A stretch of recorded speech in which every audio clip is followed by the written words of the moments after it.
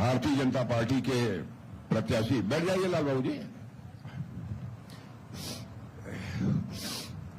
Bharatiya Janata party के प्रत्याशी श्री लाल बाबू प्रसाद जी गुप्ता, खेल मंत्री उत्तर प्रदेश सरकार श्री गिरीश चंद्र यादव और हमारी पूर्व सांसद और बहुत ही लंबे समय तक जिन्होंने बहुत ही साफ गोई के साथ अपने राजनीतिक जीवन का निर्वाह किया है, ऐसे श्रीमती रमा देवी जी, विधानसभा प्रभारी श्री राजीव रंजन सिंह, मंडल अध्यक्ष श्री टुनटुन सिंह, चंद्र प्रकाश सिंह जेडीयू नेता जो मंच का संचालन कर रहे हैं, राकेश यादव जी, श्रीमती अर्चना देवी, नीरज गुप्ता, गांधी यादव, श्री अरविंद सिंह जी और प्रियंका प्रियदर्शी, महिला प्रवासी, और यहां मौजूद मेरे सभी सम्मानित बहनों एवं भाइयों, शायद तीसरी बार यहां किसी सार्वजनिक सभा को संबोधित करने के लिए आप सबके सामने खड़ा हुआ हूं।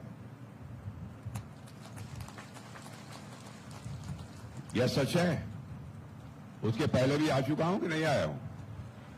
पहले भी आ चुके हैं, फिर आ गया, यही गड़बड़ हुआ।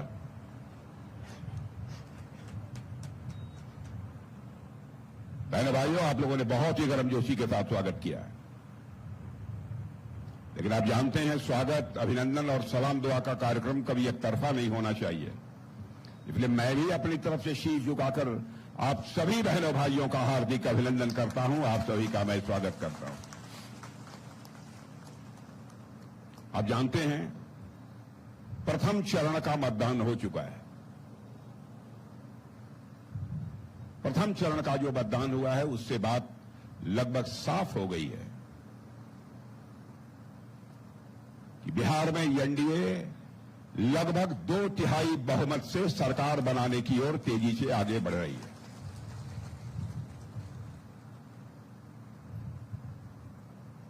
और पहले चरण का मतदान आज हो रहा है, दूसरे चरण का मतदान 11 तारीख को होगा। वैसे राजनीतिक सर्वेक्षक यह मानकर चल रहे हैं, पहले से यह मानते थे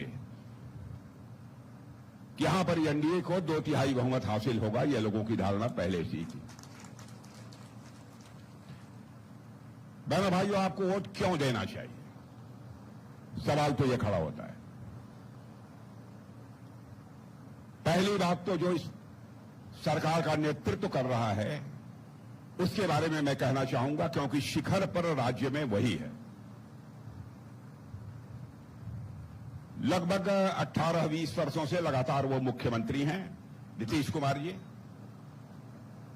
और आपने यहां पर आरजेडी की सरकार को भी काम करते हुए लगभग 15 वर्षों तक देखा है लालू जी, और उसके बाद तेजस्वी जी। बहनों भाइयों, मैं समझता हूं कि एनडीए ही नहीं, दूसरे राजनीतिक दल का कोई व्यक्ति यह कहने की हिम्मत नहीं कर सकता कि 20 वर्षों के शासनकाल में हमारे मुख्यमंत्री नीतीश कुमार के दामन के ऊपर कोई भ्रष्टाचार की दाग लगी हुई है। आरजेडी के बारे में मुझे कहना ही नहीं है, रोज ही समाचार पत्रों में कुछ न कुछ आप पढ़ते होंगे, कब जेल गए, कब आए, कब जाएंगे, क्या होगा, कैसे होगा, भगवान जाने। यदि हम लोगों की सरकार होती उस समय जेल यदि चले जाते तो कहते एनडीए वालों ने भिजवा दिया। कांग्रेस के शासनकाल में भी हुआ। अदालत अपना काम निष्पक्षतापूर्वक करती है।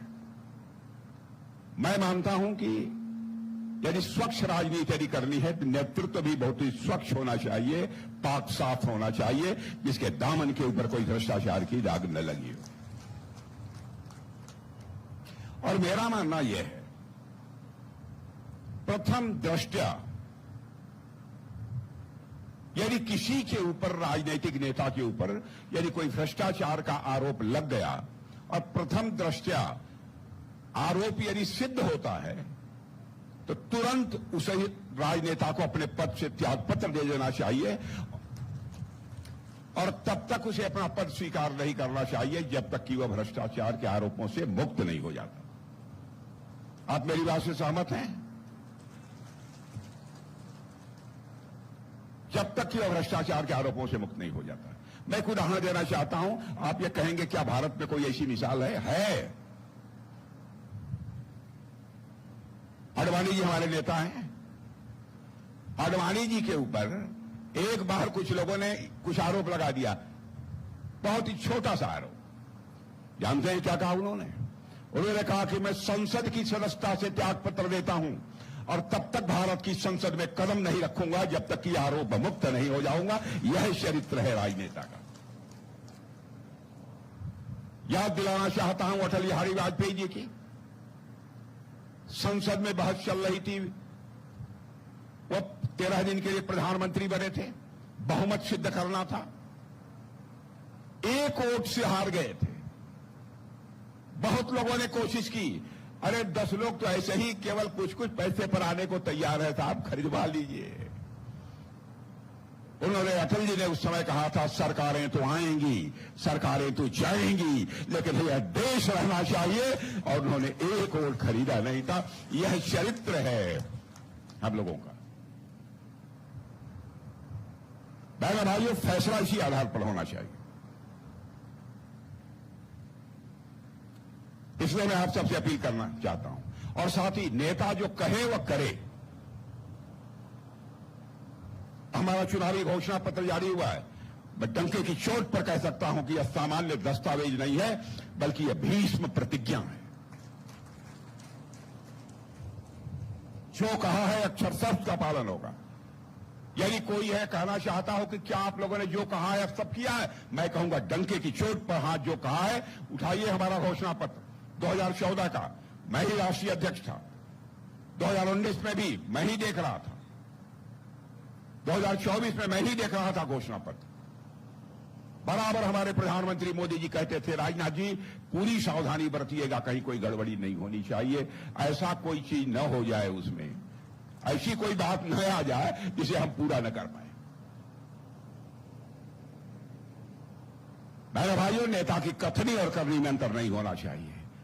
दुर्भाग्य यह रहा है कि इस आजाद भारत में नेताओं की कहने और करने में, कथनी और करनी में अंतर होने के कारण ही भारत की राजनीति और भारत के नेताओं पर से जनता का विश्वास धीरे धीरे कम होता चला गया। लेकिन भारत की राजनीति में आज इस विश्वास के संकट को चुनौती के रूप में यदि किसी ने स्वीकार किया है, मैं डंके की चोट पर कह सकता हूं कि हम लोगों ने स्वीकार किया। इसलिए आप घोषणा पत्र पढ़ लीजिएगा। मैं बहुत विस्तार में नहीं जाऊंगा कि घोषणा पत्र में क्या क्या बातें कही गई हैं। आप लोगों ने तो बताया होगा ना, घोषणा पत्र के बारे में नहीं बताया। पढ़ लीजिएगा कि क्या क्या हम लोगों ने कहा है। पहले भाई, आज के कुछ दिनों पहले मैंने, एक ज्यादा दिन नहीं है, 1 या 2 दिन हुए होंगे, मैं टेलीविजन देख रहा था। सारी सभा को संबोधित करने के बाद घर पहुंचा था, रात को टेलीविजन मैंने खोला, मैंने देखा टेलीविजन में आ रहा था, शायद वहां पर आरजेडी की कोई बहुत बड़ी सभा थी, बड़ी संख्या में लोग मौजूद थे। एक छोटा बच्चा, बामुश्किल 6 साल 7 साल या ज्यादा से ज्यादा रहा होगा, 7.5 साल का रहा होगा, कोई एक बच्चा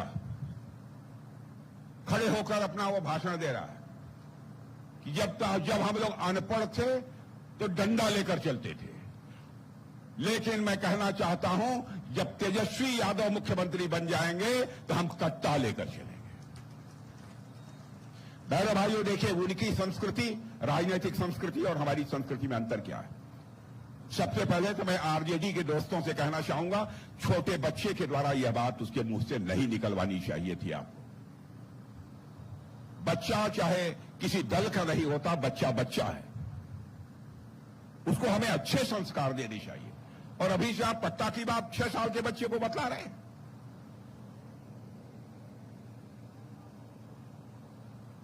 जहां तक आरजेडी की सरकार के शासनकाल का प्रश्न है, आप जानते ही हैं, अच्छी तरह जानते हैं क्या हालत थी। अजीबोगरीब हालात थे। आज तो डंके की चोट पर बिहार के बाहर भी जाकर आप कह सकते हैं, आइए ना हमारा एनडीए के बिहार में, आइए ना हमारा एनडीए के बिहार में, हमारा विकसित बिहार में। लेकिन इन लोगों की हालत क्या है? ये लोग क्या कहते हैं?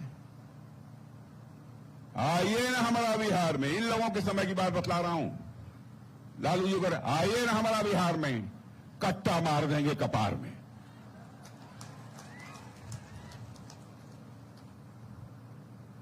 बहन भाई, अब कोई माँ का लाल हिम्मत करेगा?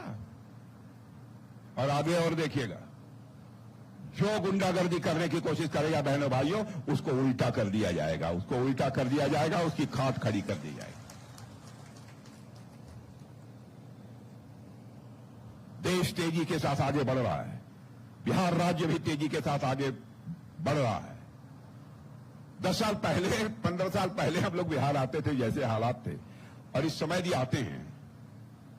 कल एक सज्जन हमारे साथ आए हुए थे पटना में, वो जा रहे थे, वहां की सड़कों से गुजर रहे थे। उन्होंने कहा कि भैया, मैंने कहा क्या? कहे भैया ये सब पटना बदल गए, परिवर्तन कोई भी नंगी आंखों से देख सकता है बहनों भाइयों कि बिहार में क्या हुआ है, पहले से लेकर और अब की स्थिति जो बनी हुई है, यह साफ साफ दिखाई देता है। और सबसे बड़ी बात कि हमारे प्रधानमंत्री ने भारत का मस्तक सारी दुनिया में ऊंचा किया है मेरे बहनों भाइयों, इस सच्चाई को कोई नकार नहीं सकता। पहले हमारा भारत अंतर्राष्ट्रीय मंचों पर और दुनिया के मंचों पर कुछ बोलता था तो भारत की बातों को जितनी गंभीरता पूर्वक लिया जाना चाहिए नहीं लिया जाता था। लेकिन आज अंतर्राष्ट्रीय मंचों पर भारत कुछ बोलता है, सारी दुनिया दोनों कान खोलकर सुनती है भारत बोल क्या रहा है। यह भारत की हैसियत बनी है।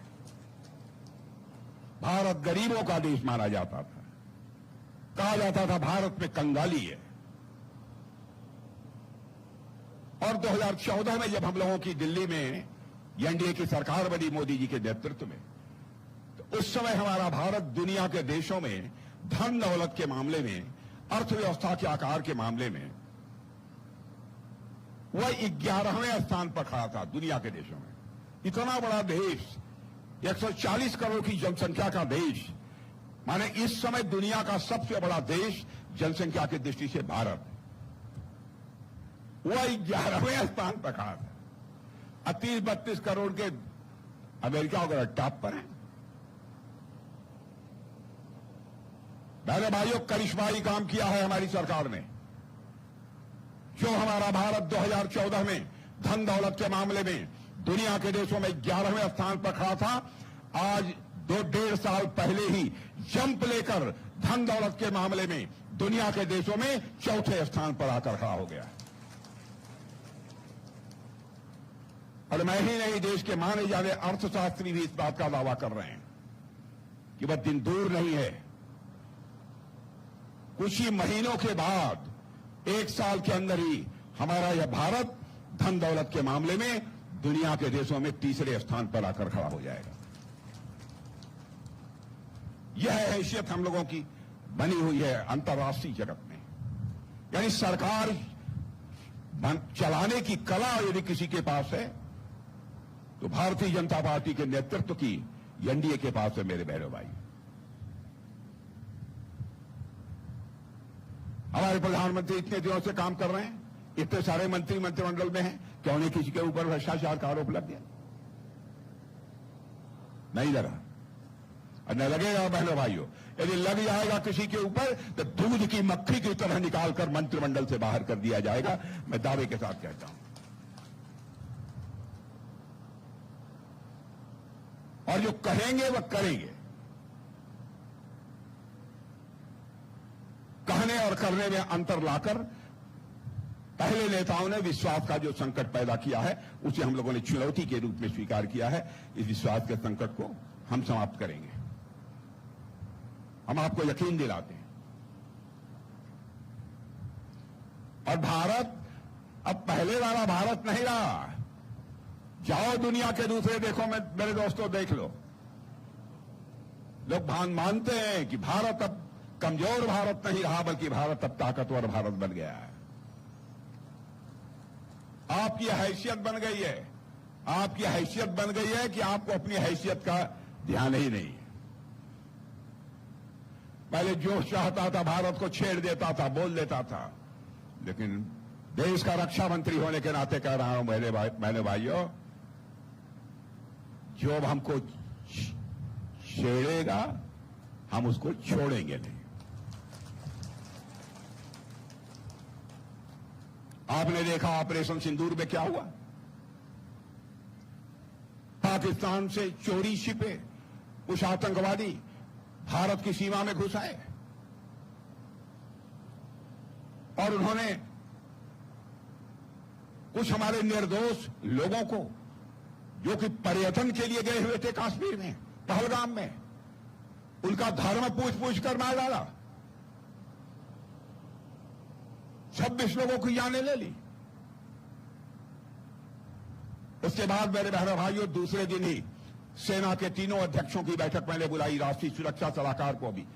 अपने तीनों सेना अध्यक्षों से मैंने पूछा, यदि ऑपरेशन करना होगा तो आप सभी तैयार हैं? हमने सीना चौड़ा कर मैं कह सकता हूं, हमारे तीनों सेना अध्यक्षों ने कहा कि हम अभी अभी ऑपरेशन करने को तैयार हैं। प्रधानमंत्री जी के साथ हम लोग बैठे, मिले, और बहनों भाइयों, प्रधानमंत्री जी ने हौसला अफजाई की और उन्होंने कहा, जाओ, जो करना है करो, आपको खुली आजादी दी जाती है।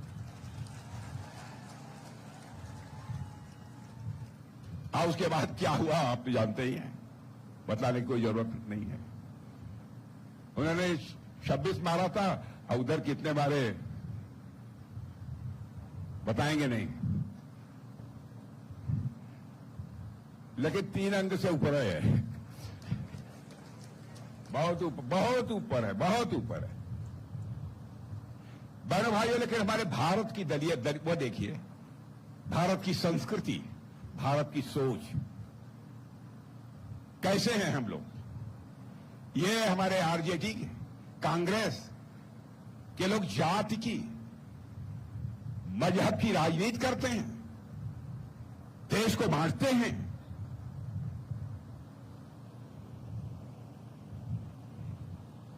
बहनों भाइयों, भारतीय जनता पार्टी जाति और मजहब की राजनीति करने वाली नहीं है।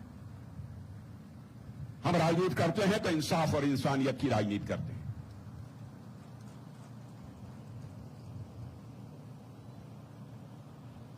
जब आतंकवादी आए तो आतंकवादियों ने आकर हमारे लोगों को जो मारा, धर्म पूछकर मारा। तुम्हारा धर्म क्या है? लेकिन बहनों भाइयों, हमने धर्म पूछकर नहीं मारा, हमने कर्म देखकर मारा है उनको, कर्म देखकर मारा है। हमने हिंदू मुसलमान ये सब कुछ नहीं होने दिया। ये लोग सरकार बनाने के लिए समाज को बांटने का काम करते हैं। क्या ऐसे लोगों को वोट दिया जाना चाहिए? और हम ही लोगों को दोषी करार करते हैं कि समाज को बांटते हैं, हिंदू मुसलमान के आधार पर नफरत करते हैं। बहनों भाइयों, भारत तो ऐसा देश है जिस देश के ऋषियों और मनीषियों ने इसी भारत की धरती से ही पूरे विश्व को वसुधैव कुटुंबकम का संदेश दिया है। यानी भारत की सीमा में रहने वाले लोग ही नहीं, बल्कि सारे विश्व की धरा पर रहने वाले लोग एक ही परिवार के सदस्य हैं। यह संदेश सारी दुनिया को यदि कहीं से गया है तो केवल और केवल हमारे और आपके देश भारत की धरती से गया।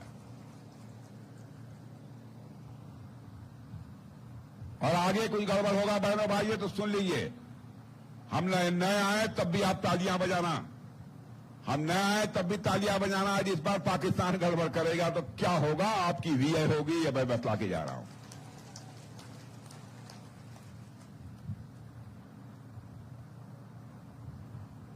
भारत अब कमजोर भारत नहीं रहा, ताकतवर भारत। हम किसी को छेड़ेंगे नहीं, लेकिन हमको कोई छेड़ेगा तो हम छोड़ेंगे नहीं, या मानकर चलिए। बातें तो बहुत सारी हैं,